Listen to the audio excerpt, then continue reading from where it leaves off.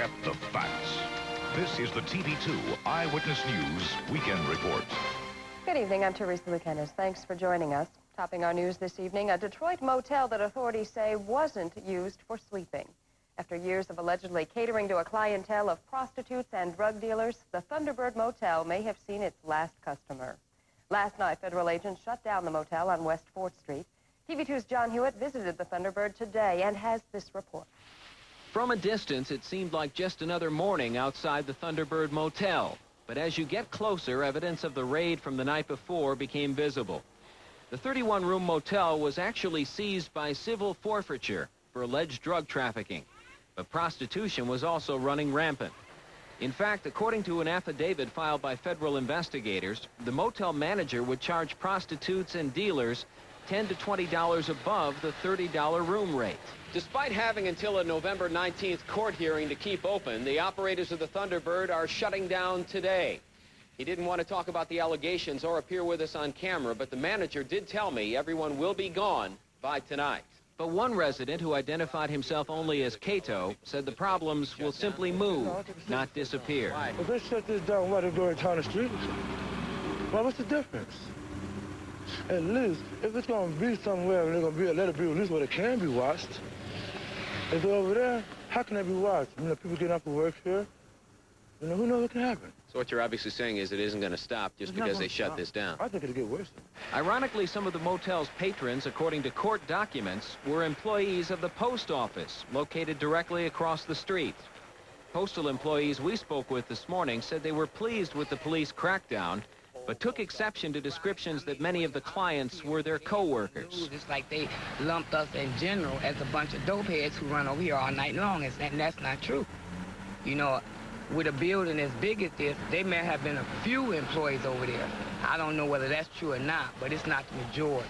Still, it is clear that anyone in and around the Thunderbird Motel will be under some close scrutiny for the time being. In Detroit, Jon Hewitt, TV2 Eyewitness News. That hearing on the 19th of November in federal court will decide whether the Thunderbird can reopen or whether the owners should be evicted. A Detroit bar owner who was behind the wheel in an accident that killed former Major League manager Billy Martin is still guilty as charged. That is the verdict of a New York appeals court after reviewing the case against William Reedy. The court decided that results from a blood alcohol test that Reedy took after the Christmas Day crash back in 1989 were admissible in court. A helicopter crash has claimed the life of one of rock and roll's greatest promoters. Bill Graham died when the helicopter he was riding in crashed in heavy rain last night. Graham founded the Fillmore West and guided dozens of the biggest rock acts of the 60s. Graham was reportedly heading home from a Huey Lewis and the News concert when the chopper he was in went down near Vallejo, California. A car crash claimed the life of a Lansing woman who was just trying to save her son's life.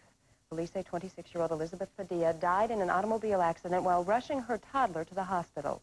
The 2-year-old boy had apparently swallowed an unidentified medication, and his parents were trying to get him to the hospital when their car was broadsided. The 2-year-old boy remains hospitalized in critical condition tonight. His father and younger brother were treated and then released. FBI agents fanned out across Detroit today in hopes of solving a Mickey Mouse crime. They are searching for a thief who made off with 48,000 video cassettes of the Walt Disney classic Fantasia. The tapes are said to be worth over $1.5 million. They were stolen earlier this week from a video distributor in Wayne by a man posing as an independent trucker. Now authorities hope you can help them find this cartoon hijacker. The tapes aren't supposed to go on sale, you see, until November 1st, so if anyone tries to sell you a copy of Fantasia before that date, the Detroit office of the FBI wants you to please give them a call. Well, in other news tonight, animal rights activists are calling it the heartbreak of America. They are referring to the use of live animals in research. They call themselves People for the Ethical Treatment of Animals, and today they picketed outside the GM Research Center in Warren, accusing the automaker of cruel and unnecessary research using animals. The group claims GM continues to use large numbers of animals for product testing, a practice already abandoned by Chrysler and Ford. But a spokesperson for GM says the protesters' claims are grossly exaggerated. He says GM conducts only limited research that is using animals, and he says the research is painless and that animals are only used when other alternatives are not available. It is the second accidental shooting involving children in the past week in Detroit. A young boy and a young girl, apparently playing with a loaded gun, were shot when the weapon accidentally discharged in their hands. Police say it happened last night at around 10 o'clock in this home on Detroit's east side. They say a 4-year-old girl and a 13-year-old boy were playing with a loaded gun, and when the children handed the gun to another person, it went off. The girl was hit in the arm, the boy in his left shoulder. As you may recall, last Wednesday, 4-year-old D'Angelo Crawford was shot in the head with a .38 caliber handgun his mother kept in her home. Gun experts say it's simple to make your gun safe, and they say extra precautions should be taken when there's a child in the home. It's incumbent on the adults in the household to make certain that if they bring a deadly device like a gun into the home, that they make certain that they are respectful of the rights of their children, and make certain that one of the most important of those rights is that they not endanger their children by allowing them to come in contact with a loaded and fireable firearm. St. James says disabling a handgun is as easy as snapping shut a padlock. The 2 children shot last night remain in temporary serious condition right now at St. John's Hospital in Detroit. Well, coming up on TV2 Eyewitness News, many of Detroit's black leaders took to the streets today in an effort to help the image of black males in the city. We'll explain. And a Detroit success story may literally cave in on itself unless some help is found. We'll be right back.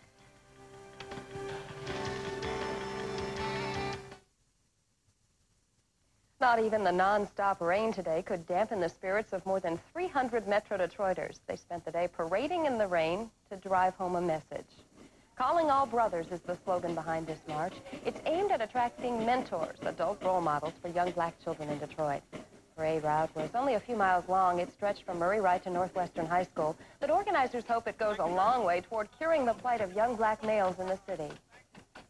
You know, that's the main crisis we have right now. Young African-American males, the greatest rate of death is homicides with them, that the violence are in their neighborhoods, drugs is high, dropout rate is high, and we have to start to reach back as males and start to reach back and help them and start to guide them, give them some direction. And some startling numbers point out the struggle faced by black children in our society.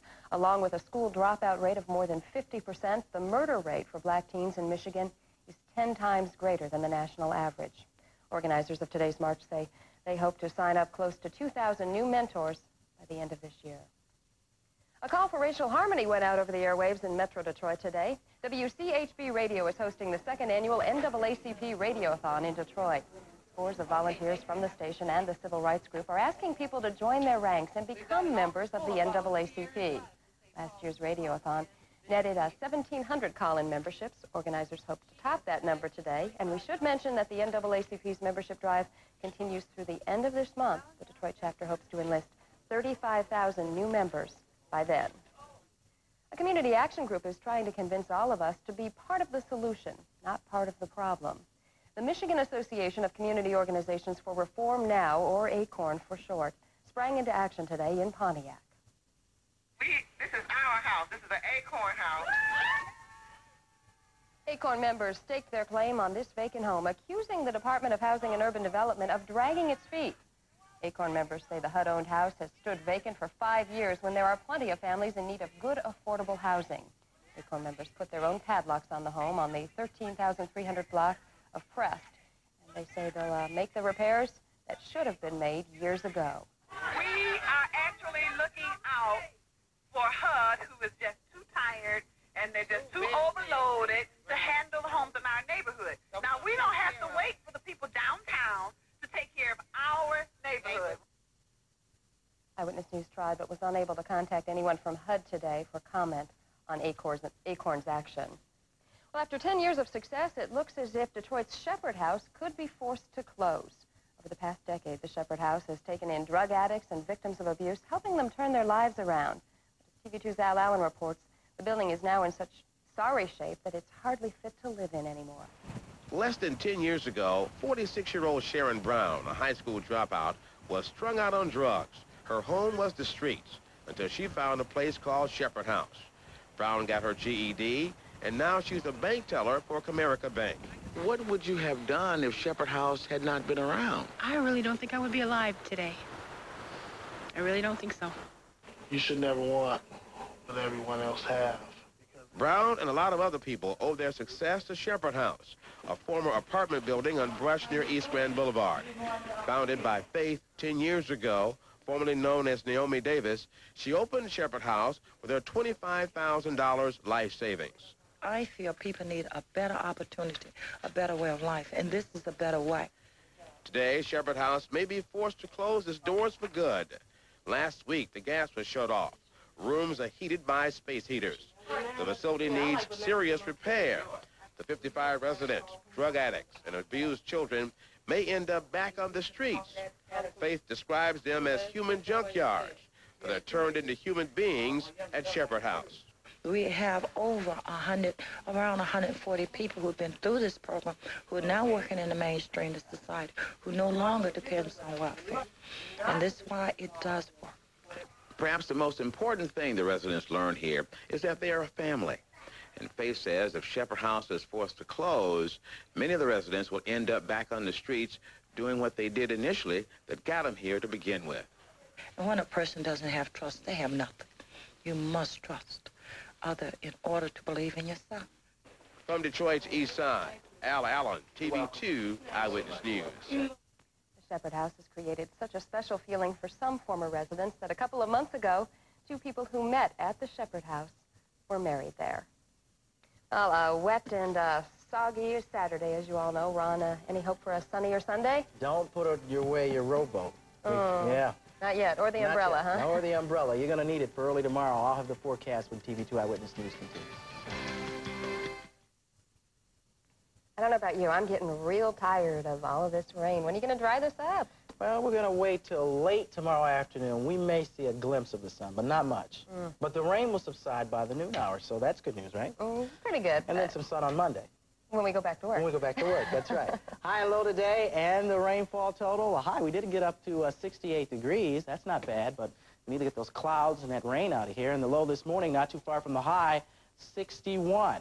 And we had a little less than 4/10 of an inch of rainfall since last night. But you look at the rainfall total in the last 3 days, almost 2 inches.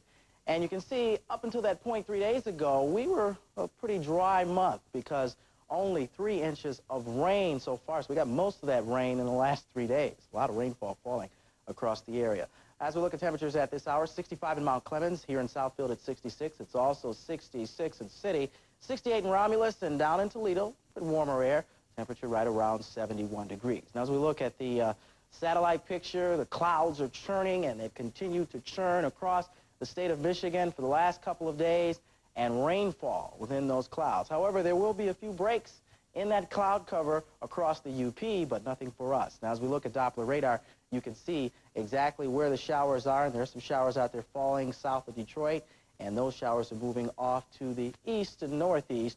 So all of the Detroit area is going to get hit with some rain. Now, if we can check the northeast radar, there is some rain back in Illinois and in Grand Rapids and Kalamazoo, and that rainfall is moving off to the east, so we're going to get hit with another bout of showers for this evening, and possibly even a thunder shower. However, the thunder showers will probably stay right along the Indiana and Ohio border, right there along Michigan. So not too much prospects for showers up to the north, but things will be drying out across the UP as temperatures drop into the 30s, and they may even see some stars this evening across the UP, but scattered showers across the lower peninsula and even some thunderstorms, and temperatures will drop into the mid-50s, right around 56 in Flint. Here in the Detroit area, we should drop right around 58. Now, as we look at what's going to happen for tomorrow, this is the frontal system that has been plaguing us for the last 3 days. Strong high pressure out ahead of it, and this frontal system has been meandering back and forth, and it's going to do the same thing for Sunday, and that's what's going to give us some showers this evening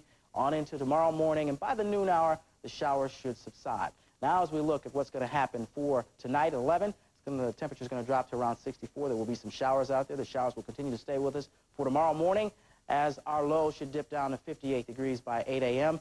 And then by the noon hour, the showers begin to dissipate, just a few left, and by noon it'll be 62. Well, here's the forecast for the rest of this night.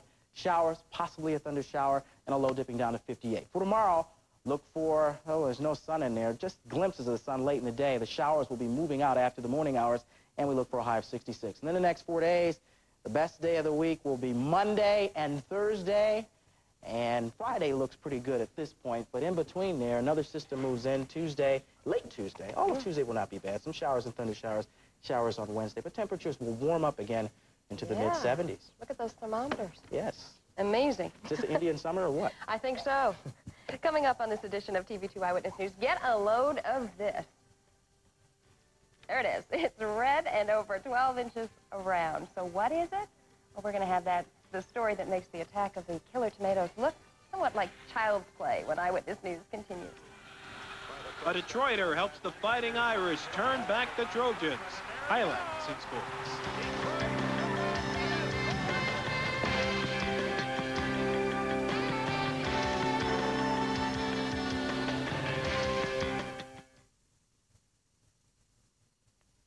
Virg Jacques in with sports. Michigan State doing battle with the Buckeyes, and I think the Spartans need a boost right now. Yeah, in the last two games, it seemed like the offense was in gear, but they're going in reverse this afternoon. Right now, Michigan State is showing no signs of any offense at Ohio State. The Buckeyes lead the Spartans 27-9 in the fourth quarter. The Spartans' only points have come on 3 Jim Delverne field goals. The Buckeyes by 18 with about 8 minutes left. We'll have highlights after the World Series. Fourth-ranked Michigan destroys Minnesota 52-6 last night in the Metrodome, where Desmond Howard and Elvis Gerbach earn a place in the record books.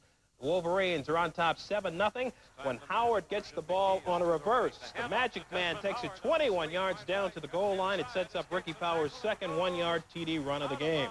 Howard catches 6 passes for 154 yards, a big chunk here, 65 yards. Howard is all alone and actually has to wait on the ball. Gerbach, 15 of 20 passing for 242 yards. In the third quarter, Gerbach and Howard strike again for a 41-yard TD. It's the 15th touchdown catch for Howard, breaking Anthony Carter's single-season Big Ten record. It also is Gerbach's 49th TD pass. He breaks Rick Leach's Michigan career record. 41 yards, touchdown. That guy's unbelievable. We just want to get back home now and rest up a little bit. Some injured guys have to get healed up, and we're looking forward to Purdue right now. To go 4 times is, I mean, to be a Big Ten champs 4 times and to win it outright this year is a heck of a goal. And I think it definitely has a lot of meaning as far as the seniors are concerned. 11th-ranked Iowa remains in the race for the Roses. The Hawkeyes rally after halftime to defeat the Boilermakers 31-21 at Purdue.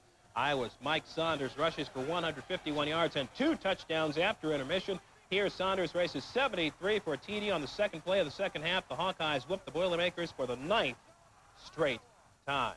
Northwestern shocks Illinois in a driving rainstorm. Indiana minus Bill Mallory defeats Wisconsin. Washington leads Oregon 22-0 in the fourth. Nebraska takes no prisoners. Cal by 11 at halftime. Clemson over North Carolina State 26-7 in the third. Colorado blanks stubborn Kansas State. Texas A&M by 3 over Houston in the fourth. At Notre Dame, watch the cutback by Jerome Bettis against Southern Cal. Now it's off to the races.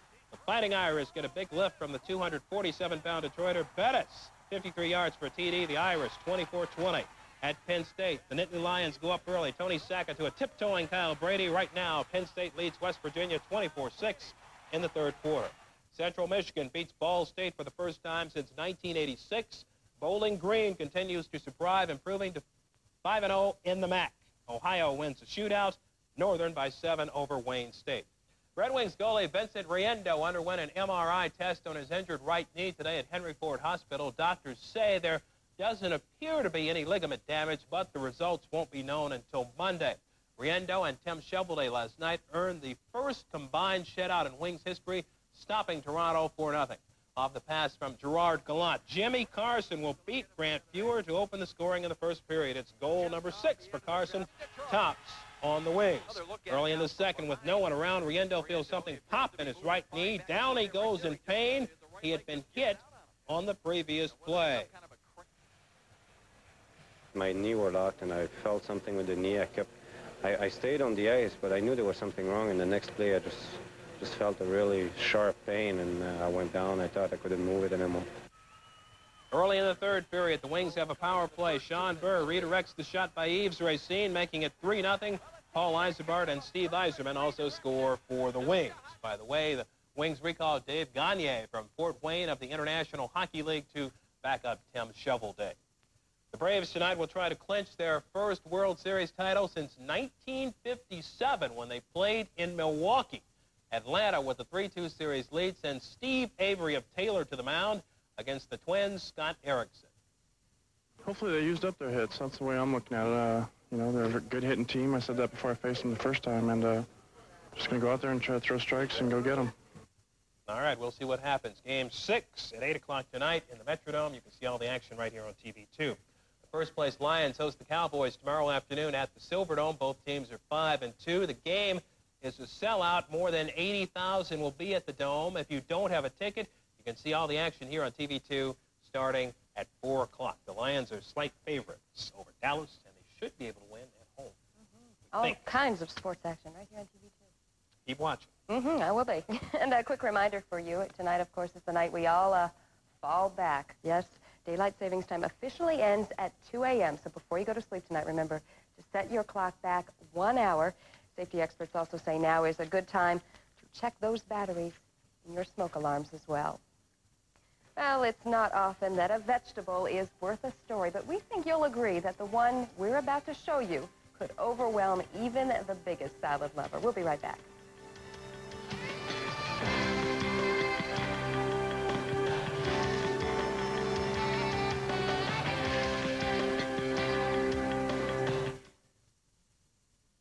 It's not the attack of the killer tomatoes. Just call it the story of the monstrous radish. Sarah Hansowitz of Redford discovered this rare red beauty growing in her vegetable garden. The radish is more than a foot long, and it's left Sarah with a bit of a dilemma. She says she's not sure whether she should eat it or send it to a museum or maybe just call the Guinness Book of World Records, because I think this radish could definitely be a contender. And that wraps up this edition of TV2 Eyewitness News. Thanks so much for joining us. Please join us again tonight after Game 6 of the World Series. The CBS Evening News is next. Have a great evening.